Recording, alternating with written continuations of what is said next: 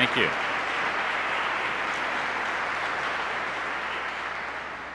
Finally, a setting befitting my holiness. I've been waiting for this.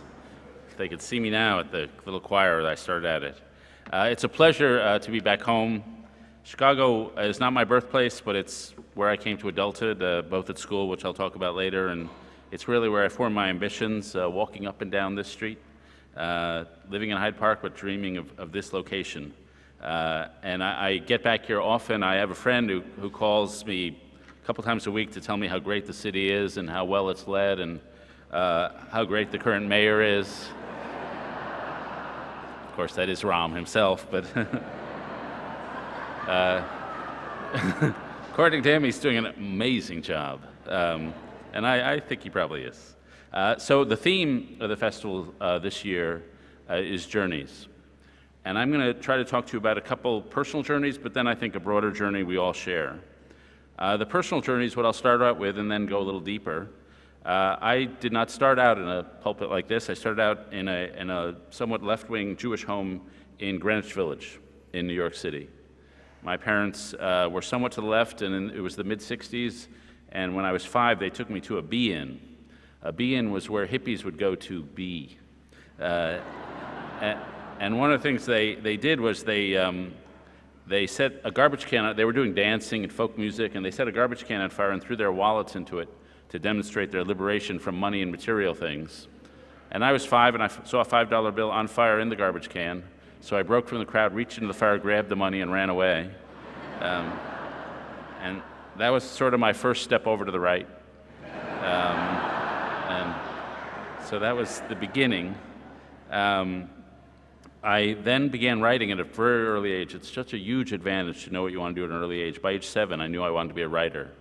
I wanted to write Paddington the Bear stories. And I remember in high school, I wanted to date a woman named Bernice, and she didn't want to date me. She wanted to date some other guy. And I remember thinking, what is she thinking? I write way better than that guy. And so the priorities were also set.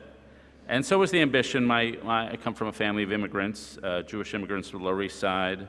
My grandfather was a butcher, my grandfather was a lawyer, my father a professor, sort of social mobility. In those days, there was a phrase which the culture I was raised in, we wanted to assimilate, and we thought that we were big Anglophiles, so the phrase was, act British, think Yiddish. So to be clever, but try to be classy about it, and Jews of that vintage gave their children all the names they thought were English, so nobody would ever think they were Jewish. And they were names like Sidney, Irving, Milton, Norman. Didn't really work. So I went to high school in Pennsylvania, and then the admissions officers at Columbia and Wesleyan and Brown decided I should go to the University of Chicago. And that really was the formative institution of my life. My first 2 years at Chicago were really the crucial incidents of my life, really where I was formed. My favorite saying about the U of C is that it's a Baptist school where atheist professors teach Jewish students St. Thomas Aquinas. And so I was formed by those years. And the Common Core and the way Chicago is and the emphasis on the humanities leave a mark on people. I was actually at Rice a couple years ago, and I was seated next to a woman who was the provost at Rice, and we started talking, and we felt like we had something in common, just a similar language. And so finally I asked her, where are you from?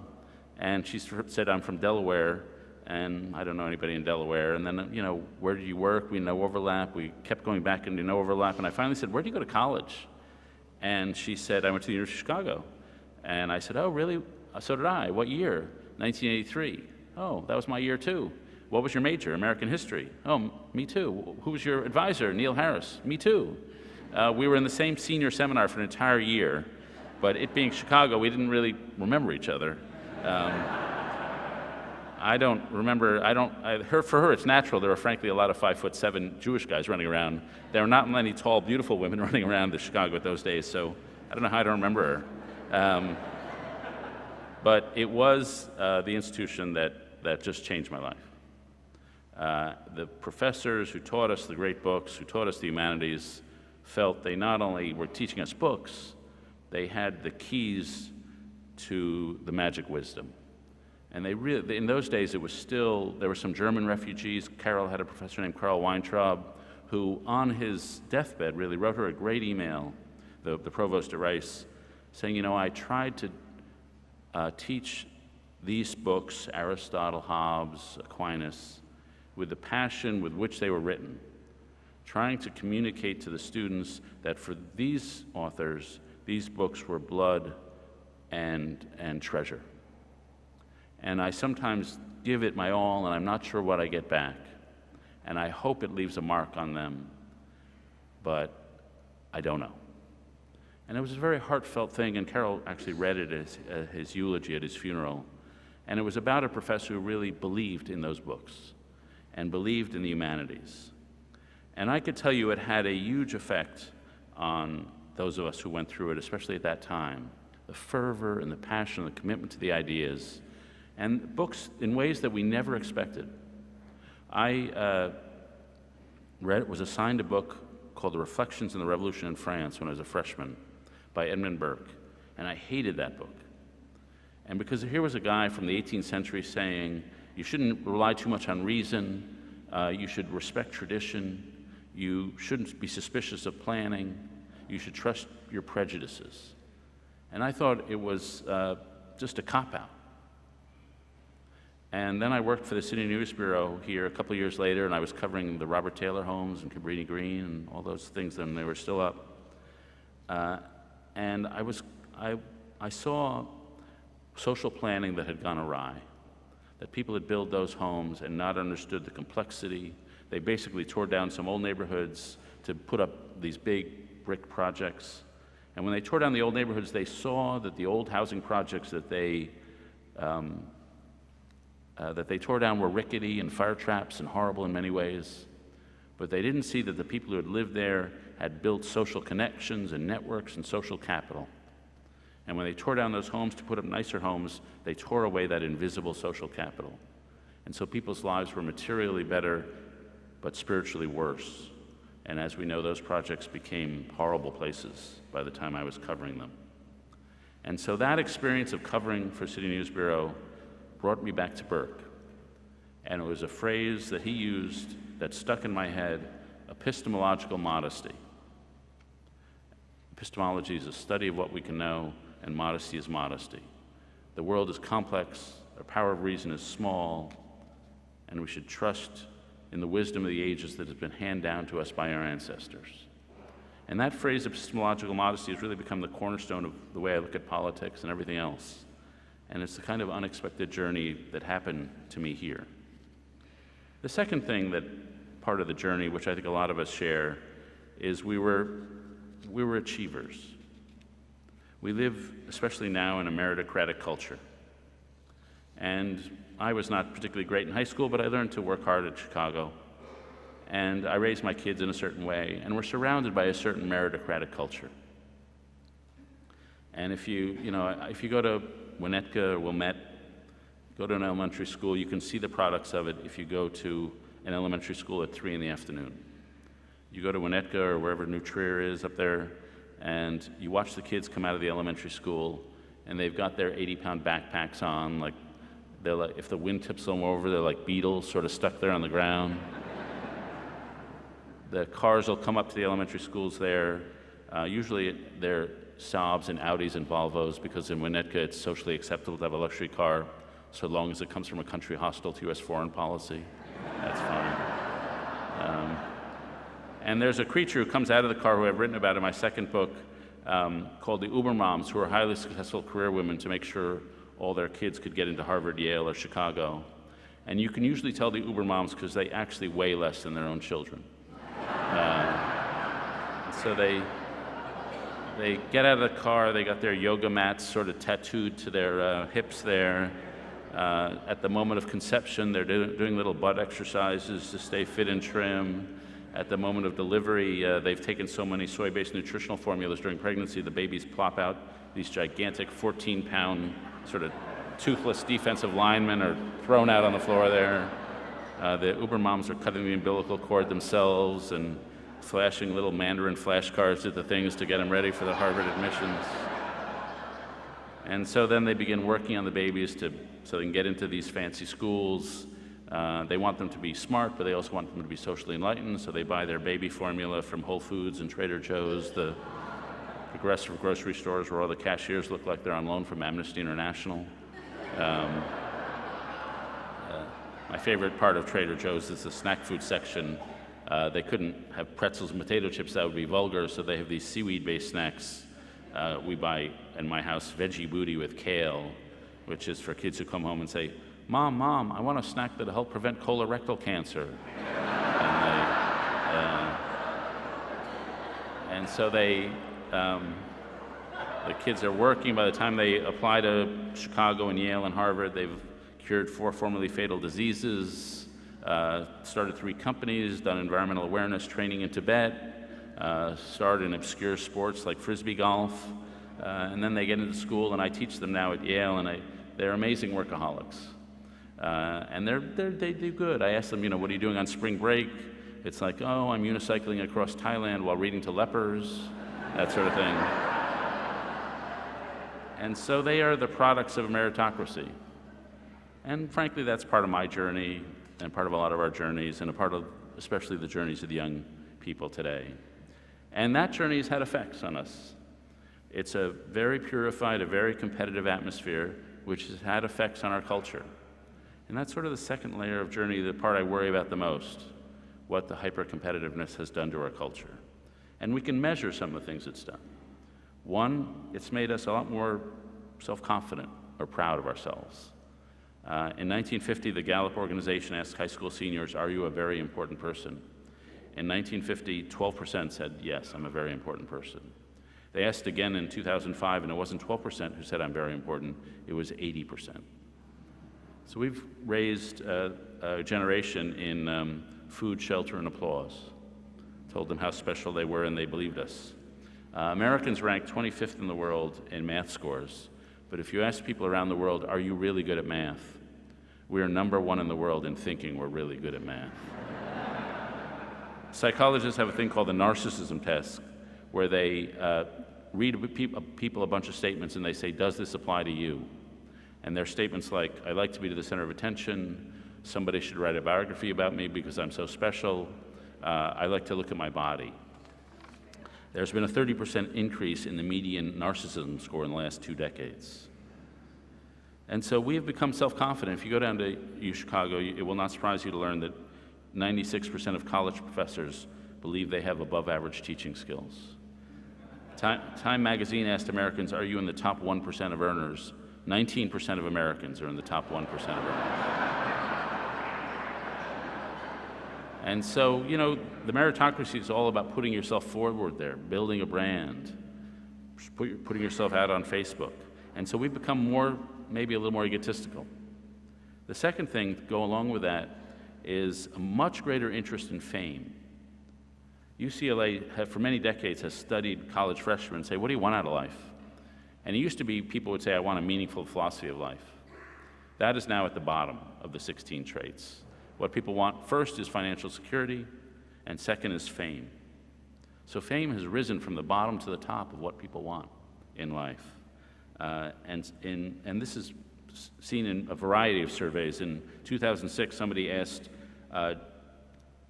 middle school girls, would you rather be a celebrity's personal assistant, Justin Bieber's personal assistant, or president of Harvard? And of course, by 3 to 1, they'd rather be Justin Bieber's personal assistant than president of Harvard. Though to be fair, I asked the president of Harvard, and she would rather be Justin Bieber's personal assistant. Another study asked college students, would you rather lead a life where you have a lot of fame or have a lot of sex? And by 2 to 1, college students would rather have a life with a lot of fame. And so I go to college campuses and say, I'm on TV 3 times a week, I write a sort of prominent column, I'm sort of famous, go with the sex, it's better.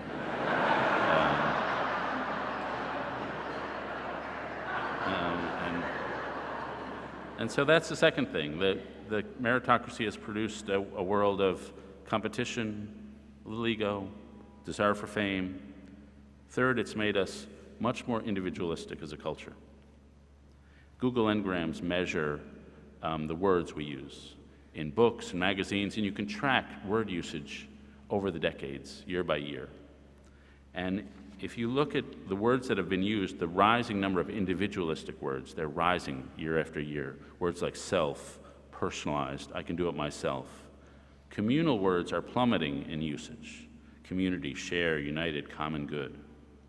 Economic words are rising, productivity, output. Moral words are really declining. The word bravery, usage of that over the last 30 years is down 66%. Gratitude is down 49%. Humbleness is down 52%. Kindness is down 56%. And so we're just talking less about morality. The fourth big change that's happened as a result of this meritocracy and this individualism is not only have attitudes changed, but life patterns have changed. We live in more solitary life patterns than we did.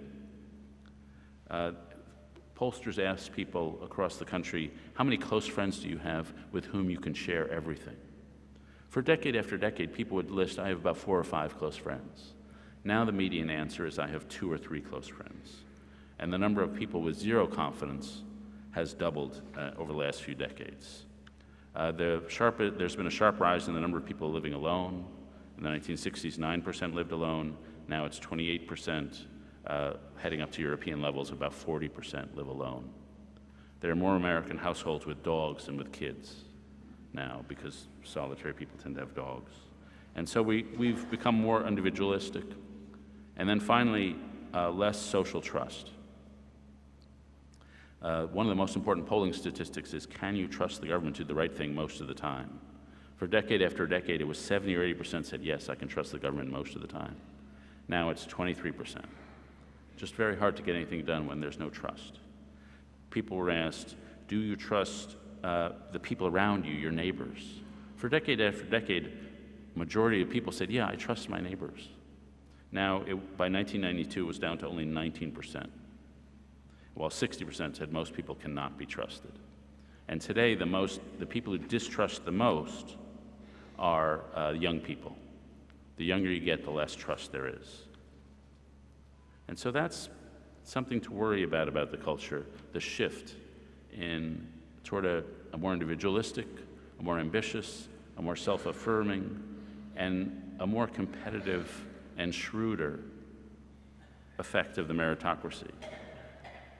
And so I think that's the part, at least for me, that I worry about. That the life is so busy and you spend so much time thinking about your career that you don't think about the things that matter most. And this brings me to the third journey, the journey I think we're all on and sometimes neglect and don't have words for. And that's the journey of moral imagination to try to be a good person. The way I think about it is this way. There are 2 sets of virtues that we have.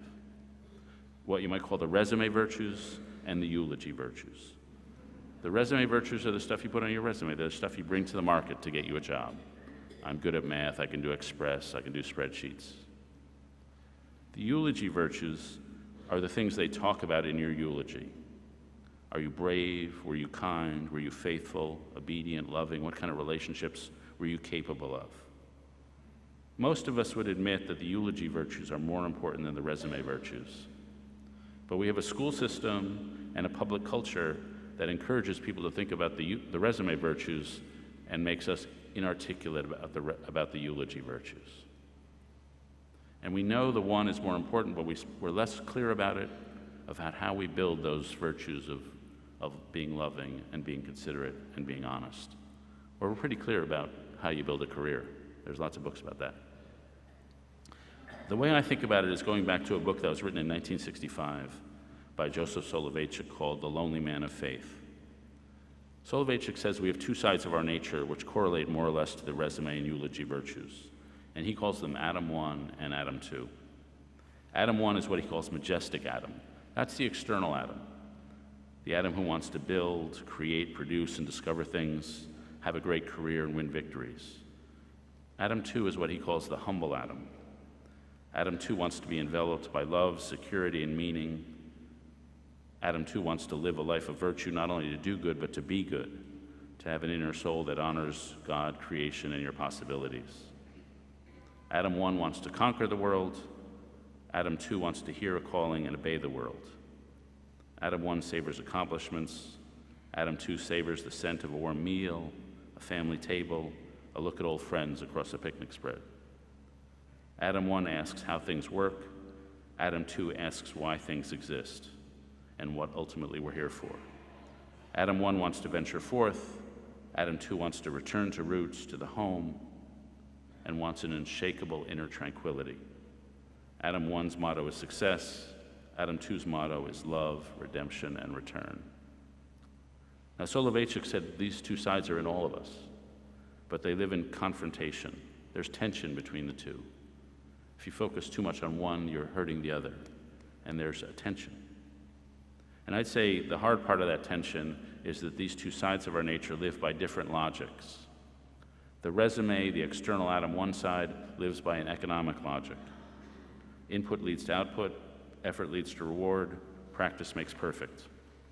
Adam 2 lives by a moral logic. It's filled with inversions and paradoxes. You have to give to receive. You have to surrender to something outside yourself to gain strength within yourself. You have to conquer your desire to get what you crave. Success leads to the greatest failure, which is pride. Failure leads to the greatest success, which is humility and learning. In order to fulfill yourself, you have to forget yourself. In order to find yourself, you have to lose yourself. So we live in a meritocratic achievement culture, a capitalist culture, a commercial culture that encourages Adam 1, the resume side, and neglects Adam 2. I don't think we're bad, and maybe I should just speak for myself, but you are inarticulate. If you spend your life thinking about all this stuff externally, you just sort of lose touch with what's inside, and you find out after a number of years you're not the person you hoped you would be.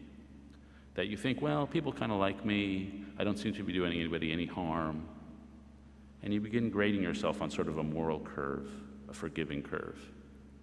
And there becomes a gap. You settle for sort of moral mediocrity. There's a gap between the desired self you want to be and the actual self you are. And so I do think it's incumbent upon all of us in this moral journey to step outside the pressure of Michigan Avenue, the pressure of the career or the external, to think closely about what's internal. And to ask basic questions about, what does it take to have good character, good virtue? And I find many of us sort of know the words virtue, sin, vice, character, but they're a little fuzzy in our brains.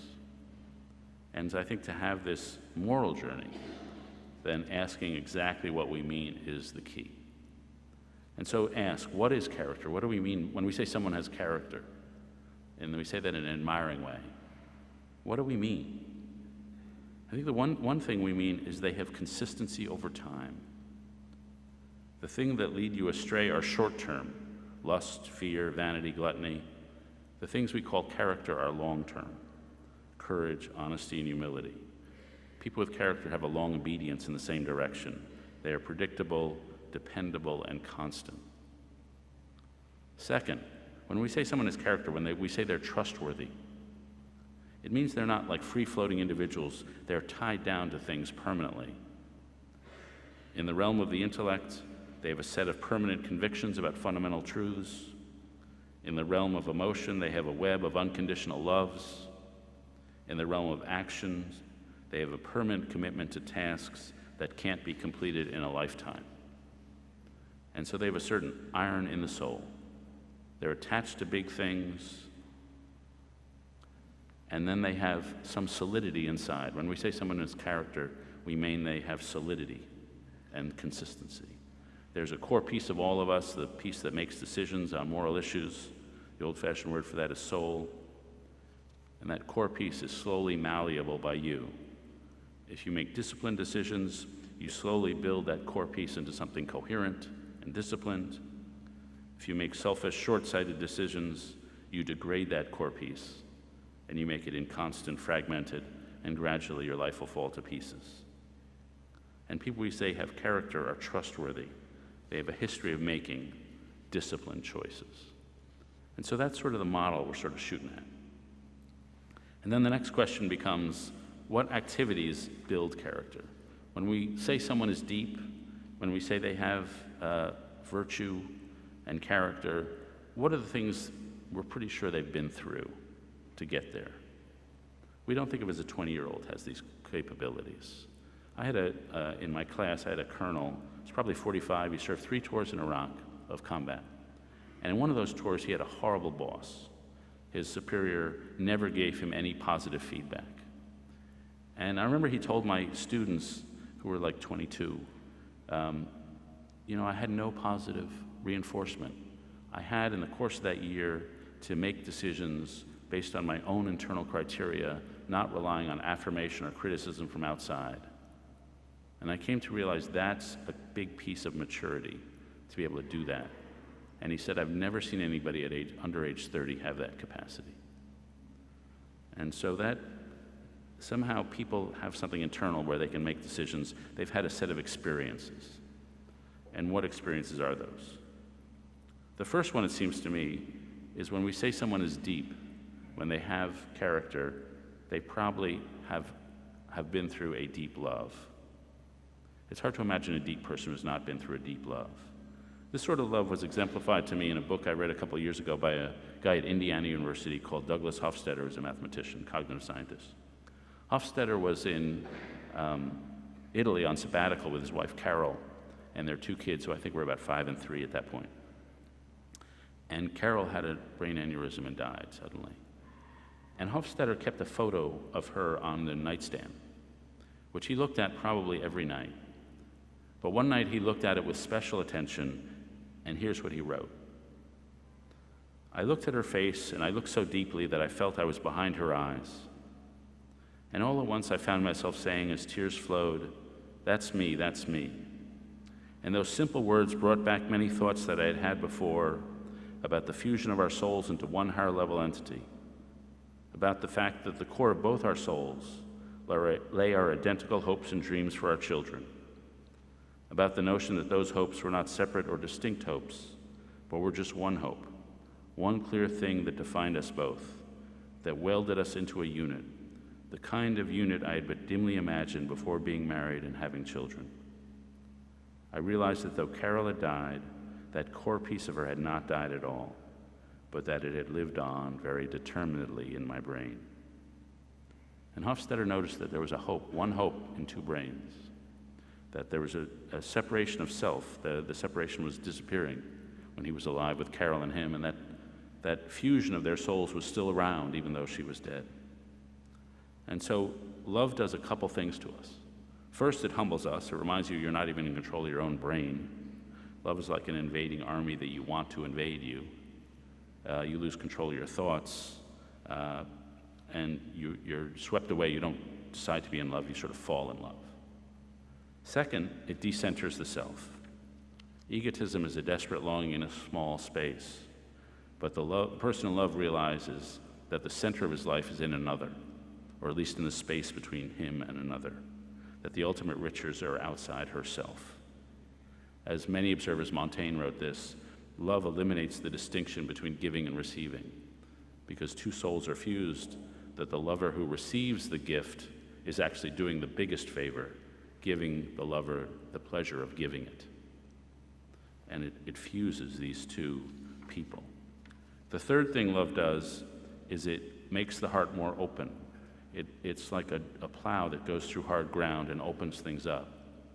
Self-control is like a muscle. If you use it, you wear it out. But love is not like that. Love is, if you have 3 or 4 kids, you don't love the first 2 less. You're just capable of more and more of it. And so love opens people up. And in that way, love finally leads to holiness. People in love want to sacrifice for their love. They just want to be selflessly serving. And so love has this shape. It humbles you because you're not in control, then it lifts you up. It's sort of going down and then coming up. And anybody who seems to us deep, I think, has been through this experience. The second thing that I think deep people have been through is they've been through some suffering, often associated with love. When we think about Abraham Lincoln or Franklin Roosevelt, they had hard times and it deepened them. One of my heroes is a woman named Dorothy Day, a great Catholic social worker. She actually lived here for a long time, and then moved to New York.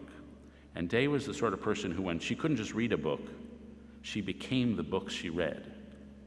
And unfortunately, as a young woman, she read a lot of Dostoevsky. And so she began drinking.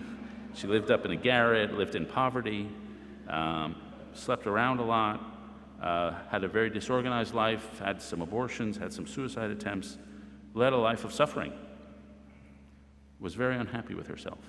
In the course of this, in her 20s, she was arrested, falsely arrested. She did nothing wrong, but she was falsely arrested. But she took that false arrest as an indictment of her disorganized and self-indulgent lifestyle. In prison, she wrote this: "I do not think that ever again, no matter of what I'm accused, can I suffer more than I did then of shame and regret and self-contempt. Not only because I had been caught, found out, branded, and publicly humiliated, but because of my own consciousness that I deserved it." And so this is a woman with self-recrimination who's doing some suffering. Actually, she was saved, not by herself really, but by the birth of her child. She had a child out of wedlock, and she actually, once she was about to give birth, she realized that all the birth scenes she'd ever read in literature were written by men.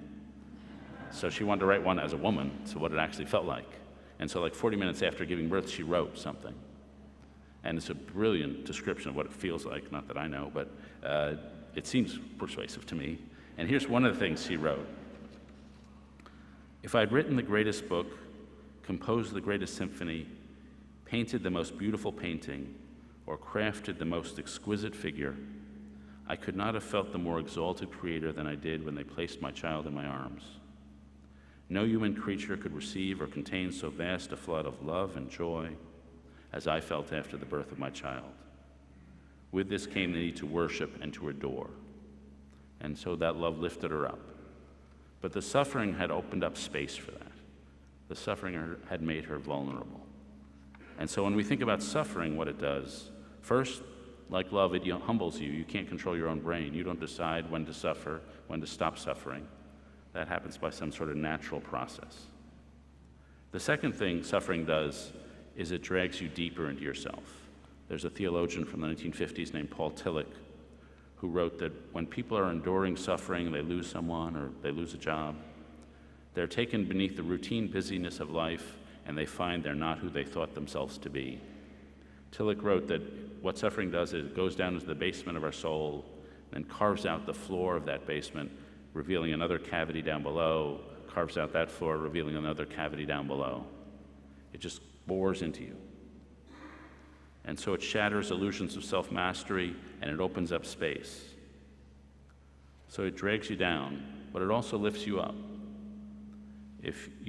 What suffering does, people intrinsically know when they're suffering, they want to attach their suffering to some higher purpose. I had friends back in DC who lost a child, a son, and they didn't decide, well, we had 2 miserable years mourning our son, so we should go party a lot and get our happiness levels up. No one says that.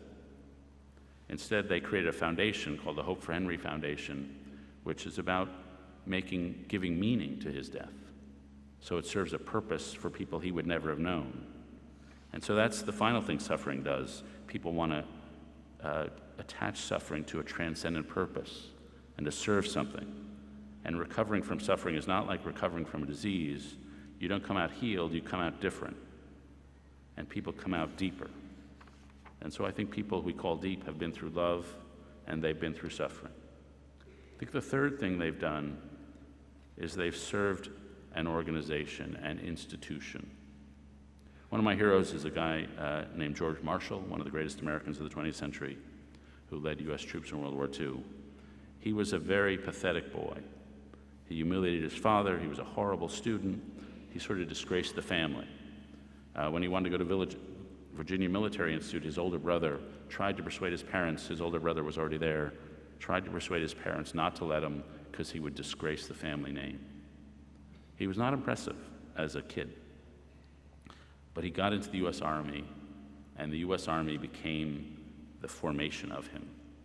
It gave him discipline, it gave him emotional discipline, and it gave him a purpose to serve, an organization to serve.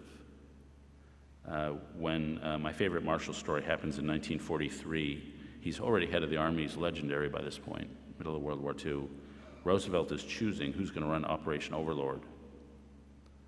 And Marshall wants the job. He thinks he'd be good at it. Stalin tells him he's going to get the job. Churchill tells him he's going to get the job. It's assumed he will get that job.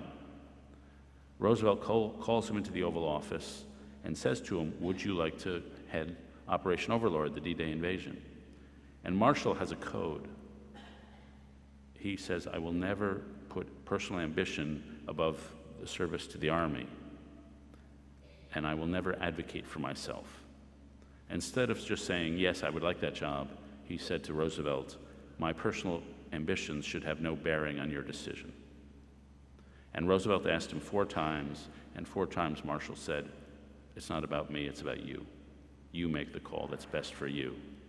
And Roosevelt takes the opportunity to give the job to Eisenhower. And Marshall was crushed. It was the only day he went home early.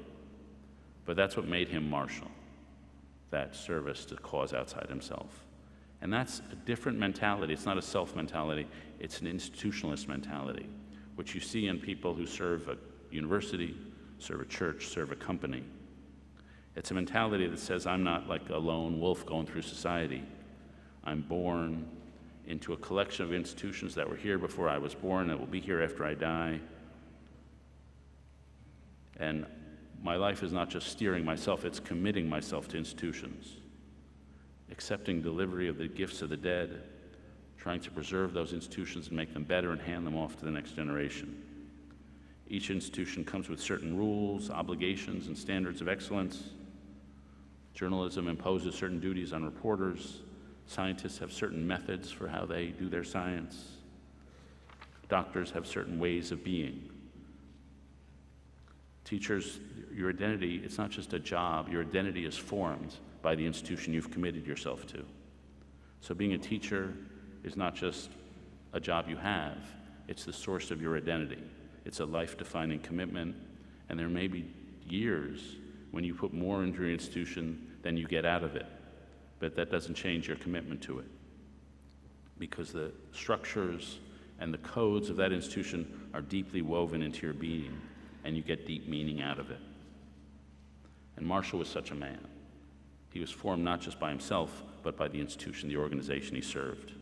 And if we talk about people of character, they're never just floating alone. They're tied to something real, not just an idea, but an actual organization. The 4th trait I think we would say D people have is the trait of self-defeat. And here, Marshall's friend Eisenhower is a good example.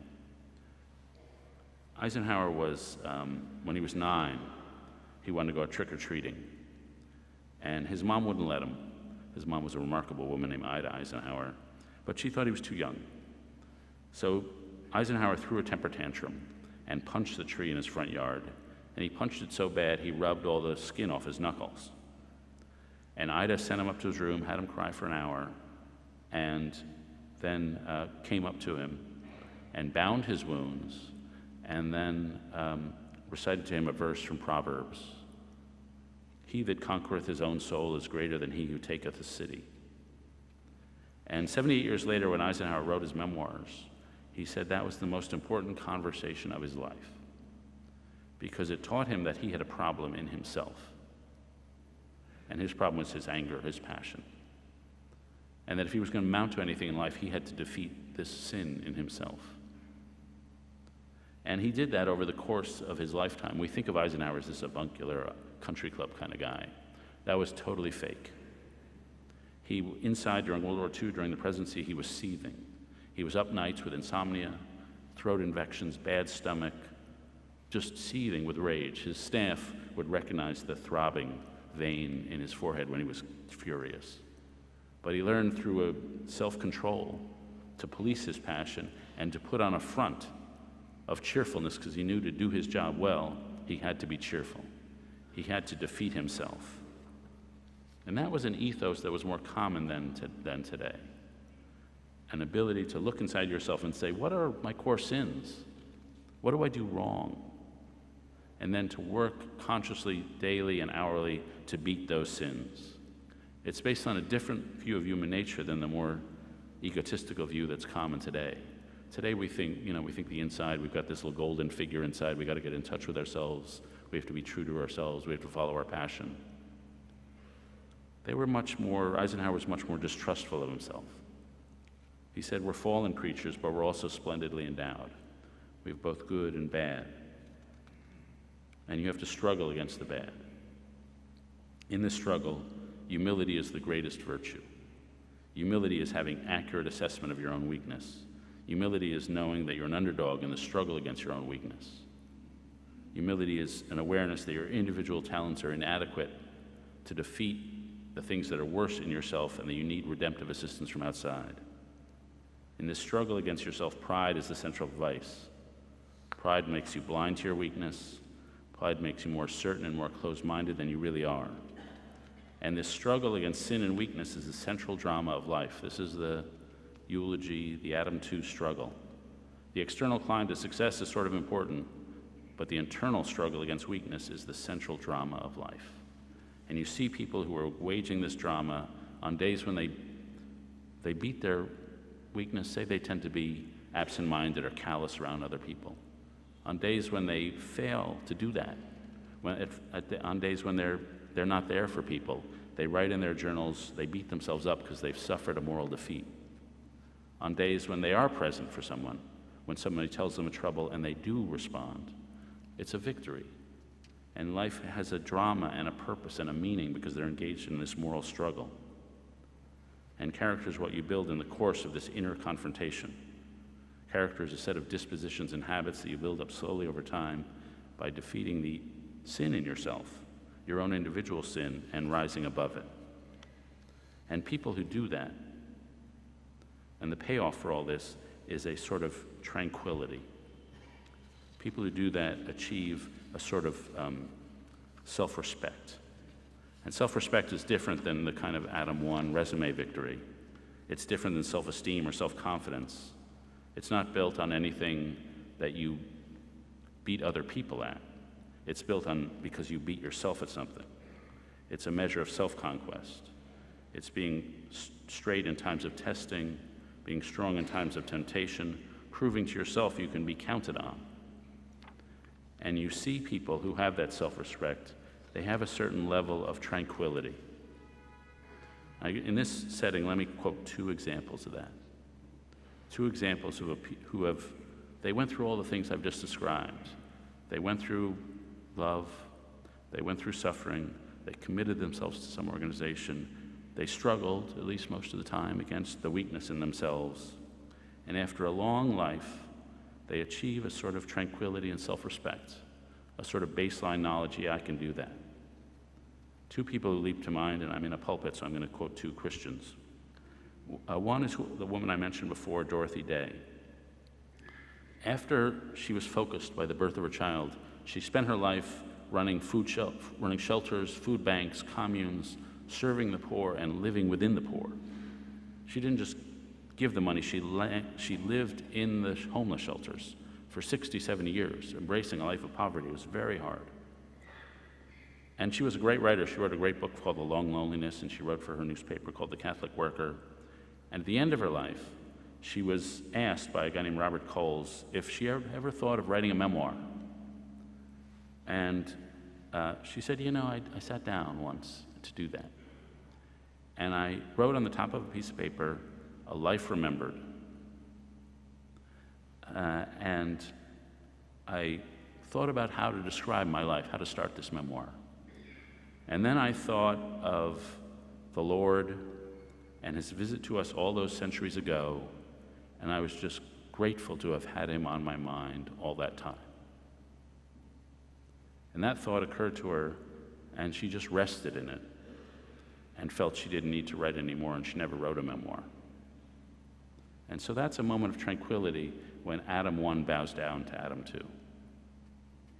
The other example that comes to me in this setting is a great Christian leader, St. Augustine. St. Augustine had a woman named Monica, his mom, who was the helicopter mom to beat all helicopter moms. She was like the most overbearing person probably in the history of humanity. And she just dominated him and was all over him, screaming at him if she didn't think he was living the right kind of life, having the right kind of spiritual life, excommunicating him if he went astray. And they had this very fraught relationship. He hated her, but he knew she loved him.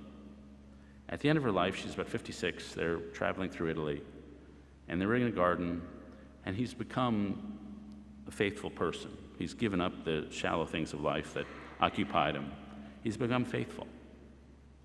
And he sits with Monica in a garden, and she says to him, you know, all my life I've been all over you, pressuring you. But now I see you're the man I wished you would be, and I really don't want anything else from life. And I thought maybe I'd like to be buried back where we're from in Africa, but God is everywhere. I'm willing to be buried everywhere, anywhere. I'm willing to die here. And they're sitting in a garden, and they start talking. And they start talking, and they, as Augustine describes it in the Confessions, their conversation got higher and sweeter. So like they were rising above their bodies, they were rising above the things they used to fight about. They were just sweetly communing, and you see them blending together. And then as they rise above all the needs of this world, all the thoughts of this world into the highest realms, he has a long sentence, which I can't parse. I don't know what it means. But it repeats the same word over and over again. And that word is hushed. And he says the sound of the air was hushed, the sound of the birds were hushed, the sounds of voices around us were hushed, the sound of all our voices were hushed. My mother and I were hushed, even our breathing was hushed. And this repetition of hushed and hushed and hushed and the silence of it, you finally feel two people just settling into perfect tranquility after a life of tension. And I do think that is the benefit of a journey, an Adam 2 journey. And I think we live in a culture that is inarticulate about how to lead that journey. We all know it's important, but I've just tried to break it down into what we mean by it, and different activities that lead to it, and lives that illustrate it, of how it's done. Not the external journey to success, but the internal journey to tranquility and self-respect. And I'll just close with a passage from another minister, a hero of mine named Richard John Newhouse, who I think described sort of the course of this journey. He wrote, "Nothing that is worth doing can be achieved in our lifetime, therefore we must be saved by hope. Nothing which is true or beautiful or good makes complete sense in any immediate context of history, therefore we must be saved by faith. Nothing we do, however virtuous, can be accomplished alone, therefore we must be saved by love. No virtuous act is quite as virtuous from the standpoint of our friend or foe as it is from our standpoint. Therefore, we must be saved by the final form of love, which is forgiveness." So thanks very much.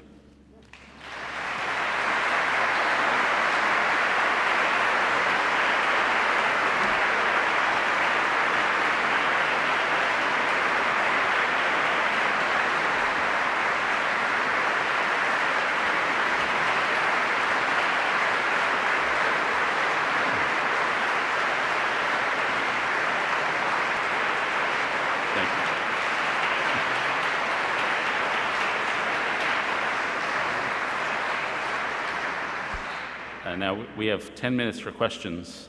There are 2 microphones. I guess we'll talk about Ted Cruz now. The questions will walk up the aisle. This feels very matrimonial, guys. Thank you.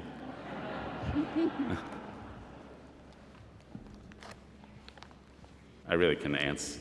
You can ask me about my day job, too, which is more political. Hi, and thank you for your wonderful talk. I'm just wondering if you attribute all the statistics you gave earlier about how the narcissism and self-centeredness, you know, we've really seen a decline in organized religion, people's attendance. Do something here. Oh, and though we can certainly argue that organized religion has a downside, maybe we're also missing the upside as well. I wonder if you had any thoughts on that. Yeah. You know, I think we all know people who are wonderfully so admirable who are religious. We all know people who are completely admirable who are non-religious. But I do think what religious offered, what institutions like this offered, was a vocabulary for understanding. And so if you were, say, I mentioned Marshall and Eisenhower, neither of them was particularly religious, but they had a vocabulary, and frankly, the word that really was crucial to them was a little word, sin. And that word has lost a lot of its power. It's now used mostly in the context of desserts. But in their day, it was something real and threatening. Like they had a warp in their nature. And I think the best way to think of sin is we all have a variety of loves. We love a lot of things. We love popularity, we love money, we love family, we love truth. And we all know that those loves, some are higher and some are lower. Your love for your family had better be higher than your love for money. But sometimes, because of some warp in our nature, we put a lower love above a higher love. And sometimes somebody will tell us a secret, and we'll blab it at a dinner party so we can be popular. We're putting love of popularity above loyalty to a friend, and we know that's wrong. And so sometimes we put our loves out of order. And they would have had that concept of sin and that concept of disordered loves in their heads just because they grew up in a culture where these things were around. And I think now those concepts are less around.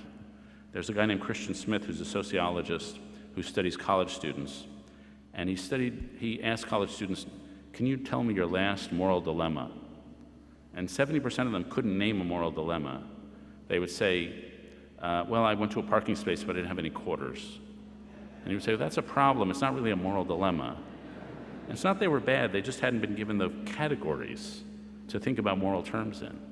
So I think we're not bad. We're just morally inarticulate in a way that people in Eisenhower and Marshall's generation were not. And I should say, none of us would ever want to go back to that era. Overall, it was a more racist, anti-Semitic, sexist culture. But I do think in this one regard, they had a smaller sense of themselves, and then they had an awareness of sin, and the culture has shifted.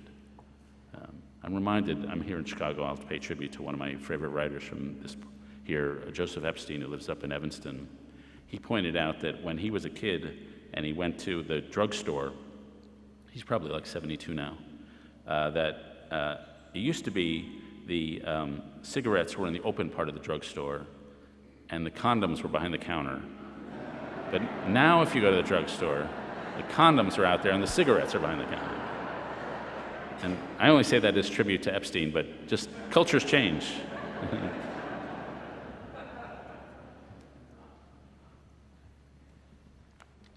we see one?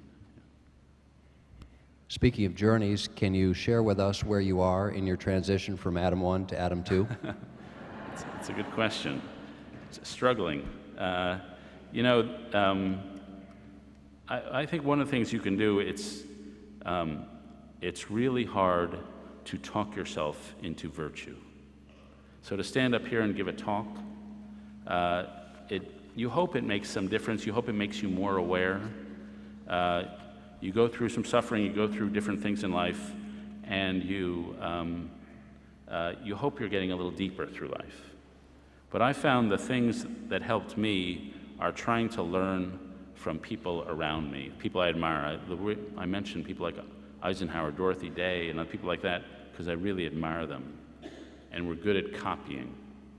I had once written a column about how hard it was to teach morality in a classroom, and I got an email from a guy named Dave Jolly, who's a veterinarian out in Oregon, and he wrote to me this: the heart cannot be taught in a classroom intellectually to students mechanically taking notes. Good, wise hearts are obtained through lifetimes of diligent effort to dig deeply and heal lifetimes of scars. You can't teach it or email it or tweet it.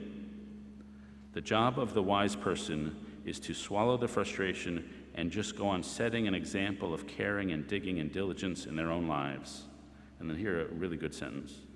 What a wise person teaches is the smallest part of what they give. What a wise person teaches is the smallest part of what they give. The totality of their life, the way they go about it in the smallest details, is what gets transmitted. Never forget that. The message is the person, reflected over lifetimes of effort, set in motion by another wise person, hidden from the dim mists of time.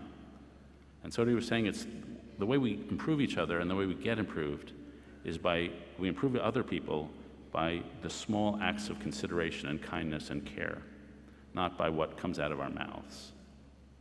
And so, for those of us who do all this talking, we have to be suspicious of all this talking and just try to either learn from those who are setting wise examples and do our best to set wise examples for others. And that to me is the struggle. But you never have perfect days. Believe me, you wake up, I'm sure we all feel this. You wake up and some days you get in a situation where it's incomprehensible the bad things you've done and the ways you've fallen short of who you hope to be. And that's just the warp in our nature. One more, maybe. Last question here. This was the last kind of speech from you I dreamed that I thought I would ever hear. What was it that caused you to morph from your day job into probably the best Yom Kippur sermon I've ever heard?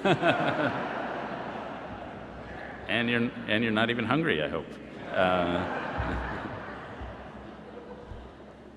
Well, this is, there's a phrase, well, this is more about me, I apologize, but maybe it tracks other people's experience. There's a phrase, the owl of Minerva flies at dusk.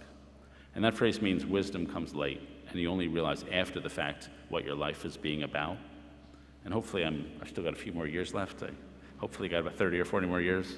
But I look back on my career, and I've written about the same group of people, basically Winnetka, Illinois, but one level down each book. And so I wrote a book called Bobos in Paradise about the consumption patterns. Then I wrote a book about patriotism.